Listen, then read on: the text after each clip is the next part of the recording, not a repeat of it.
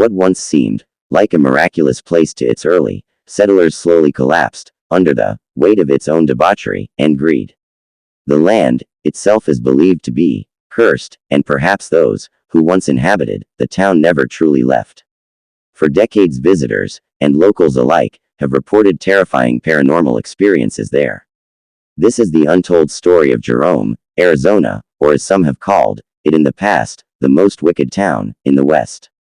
Long before Jerome existed, the land around Cleopatra Hill was inhabited by the Yavapai people. The region's harsh terrain and mineral-rich mountains were already known to native populations.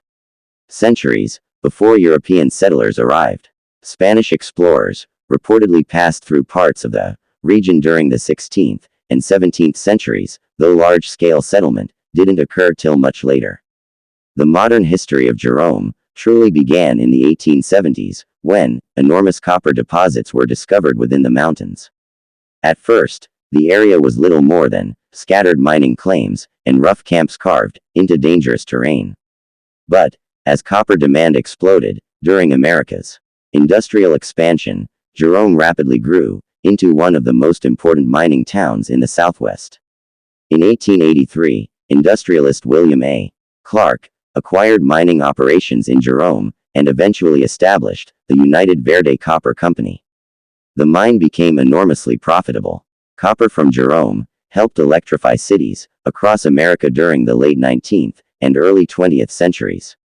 Telegraph systems, electrical grids, railroads, and industrial infrastructure all depended heavily on copper mined beneath Cleopatra Hill. As wealth poured into the town, Jerome exploded in population. By the early 1900s, thousands of miners from around the world flooded into the community seeking work.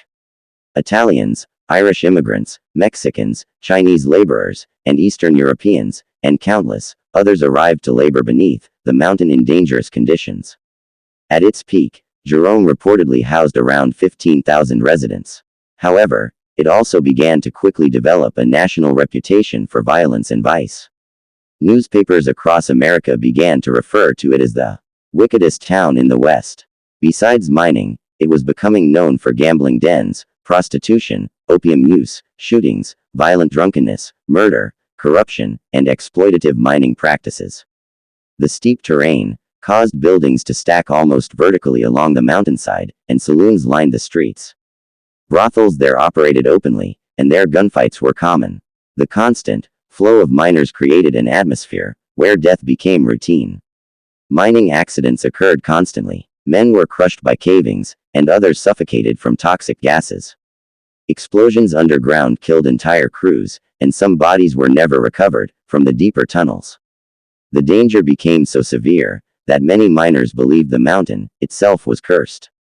Jerome suffered repeated disasters throughout its history. Massive fires devastated portions of the town multiple times during the late 1800s and early 1900s. Because many early buildings were wooden structures packed tightly together on steep terrain, flames spread rapidly. Entire blocks burned away in single nights. And consumed by those flames were many residents who were trapped inside boarding houses, saloons, and brothels. Due to mining hollowing out enormous sections beneath Jerome, it began to slowly destabilize the mountain itself. Over time, buildings literally began sliding downhill. One of the most famous examples is the old sliding jail, and it shifted more than 200 feet downhill during a landslide in the 1930s, all while remaining mostly intact. By the mid-20th century, the copper industry had collapsed. The mines eventually shut down, and jobs disappeared. Thus, residents fled the town. Jerome nearly became completely abandoned. At one point, the population reportedly dropped to fewer than 100 residents. Many buildings sat empty for years and decayed. Mine shafts were sealed or abandoned. The silence that settled over the town after decades of industrial noise deeply affected visitors. In later decades, artists, historians, and tourism revived portions of the town, but Jerome never truly escaped its reputation. Instead, it only grew stronger. Perhaps those who perished there never truly left. Some of its famous haunted locations would be the following. The Jerome Grand Hotel. This is perhaps one of the most infamous haunted sites there in the town. Originally built in 1926 as the United Verde Hospital, the structure treated countless injured miners, many of which died there. Stories surrounding the building intensified after it became a hotel decades later. Guests and employees there reported phantom screams, moving objects, apparitions in hallways, elevator activity with no occupants, and sudden cold spots followed by disembodied voices and shadow figures. Room 32 is especially notorious due to reoccurring reports of unexplained activity.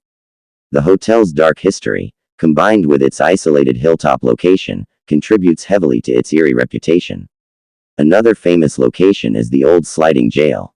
This remains one of Jerome's strangest landmarks. The building physically slid downhill over time, as I mentioned before, and many visitors describe the structure as unnerving even during daylight hours. Reports associated with the jail include apparitions in windows, strange voices nearby. Those who are within its vicinity can be overtaken by strange bouts of nausea, and one always feels as if they're being watched. Some locals believe former prisoners still haunt the site. The Connor Hotel is another famous location. Built during Jerome's mining boom, the hotel hosted miners, travelers, gamblers, and prostitutes throughout the town's roughest years. One of the most famous stories tied to the building involves a woman named Marion Blake, who allegedly died there under tragic circumstances, after waiting endlessly for her fiancé to return from the war. And perhaps she still waits. Visitors and staff have reported a female apparition, perfumed smells with no source, whispering voices, doors opening on their own, and footsteps in empty hallways. The mining tunnels themselves, beneath Jerome, are arguably the most disturbing aspect of the town's paranormal reputation.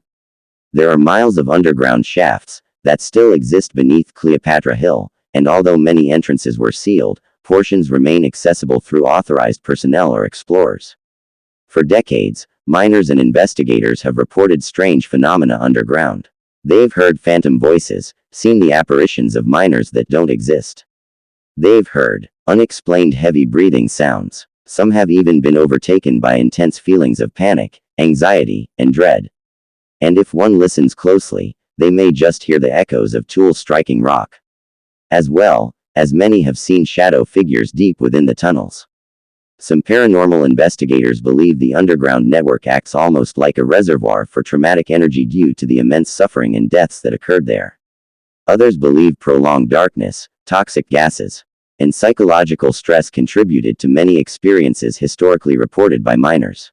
Still, the consistency of accounts across generations remains difficult to ignore. Another notoriously haunted location is known as the Spirit Room. It's one of Jerome's oldest saloons. Formerly a gambling hall and drinking establishment during the mining era, the building has reportedly experienced decades of unexplained incidents. Witnesses have described glasses moving on their own, apparitions near the bar, music heard late at night when there's no one there. The saloon's atmosphere and preserved historic interior have helped cement its reputation as one of Jerome's paranormal hotspots. There does seem to be some apparitions that aren't necessarily tethered to specific locations. One of these that has become famous is known as the Woman in White. Several buildings in Jerome are associated with her sightings, and descriptions vary, but witnesses commonly report a pale woman near staircases or windows that suddenly disappears, and those who have witnessed her are suddenly overtaken with intense feelings of sadness or dread. And throughout Jerome in its entirety, people have often reported distant screams, whispers coming from empty mine shafts, and voices that seem to be coming from inside the walls of buildings. Seeing various shadow figures or apparitions are some of the most commonly reported paranormal phenomena in the town. They're described as dark humanoid forms. Some are detected as movement in one's peripheral vision. Others are figures standing inside abandoned buildings or seen as shapes disappearing instantly when eyes are laid upon them or when they're approached. Besides tales of the mountain being cursed, items that have been taken from the site have also been linked to horrible bouts of bad luck. So, if one visited, it's best to leave things where they are, or you may just suffer some unforeseen consequences. Today, Jerome remains one of America's most famous haunted towns. It is simultaneously a historic mining town, a tourist destination, an artist community, and of course, a paranormal hotspot. Its steep streets, decaying architecture, abandoned tunnels, and violent history combined to create an atmosphere unlike almost anywhere else in the American Southwest. Whether one believes in ghosts or not, Jerome's history is undeniably soaked in tragedy, isolation, and death. And for many visitors, the town still feels as though something beneath the mountain never truly left. Now, there could be some scientific explanation for some of the phenomena. Toxic gases can cause hallucinations, as can recorded magnetic interference associated with the high mineral deposits within the mountain, and via exposure mineral have played a role in people's outrages. On the spiritual side, was a curse placed upon the land by the native peoples to either protect their dead or the mountain itself? Or did the hauntings occur because of the sheer amount of terrible situations, violence, and death over the years? Questions we, perhaps, may never have the answers to. As for now, maybe it's just the power of suggestion. Maybe it's the isolation of the desert mountain. Or maybe places that experience this much suffering never truly let go of the past. Whether you believe in the paranormal or not, Jerome will forever remain haunted by its notorious reputation and title of the wickedest town in the West. Thank you guys so much for watching this latest episode. It had been a while since I'd covered a haunted place, and I just so happened to come across this one and it piqued my interest. So, I hope it piqued yours as well. Please like the video if you liked it, subscribe if you haven't already, and leave me a comment below of your thoughts or if you've had any personal experiences there if you visited.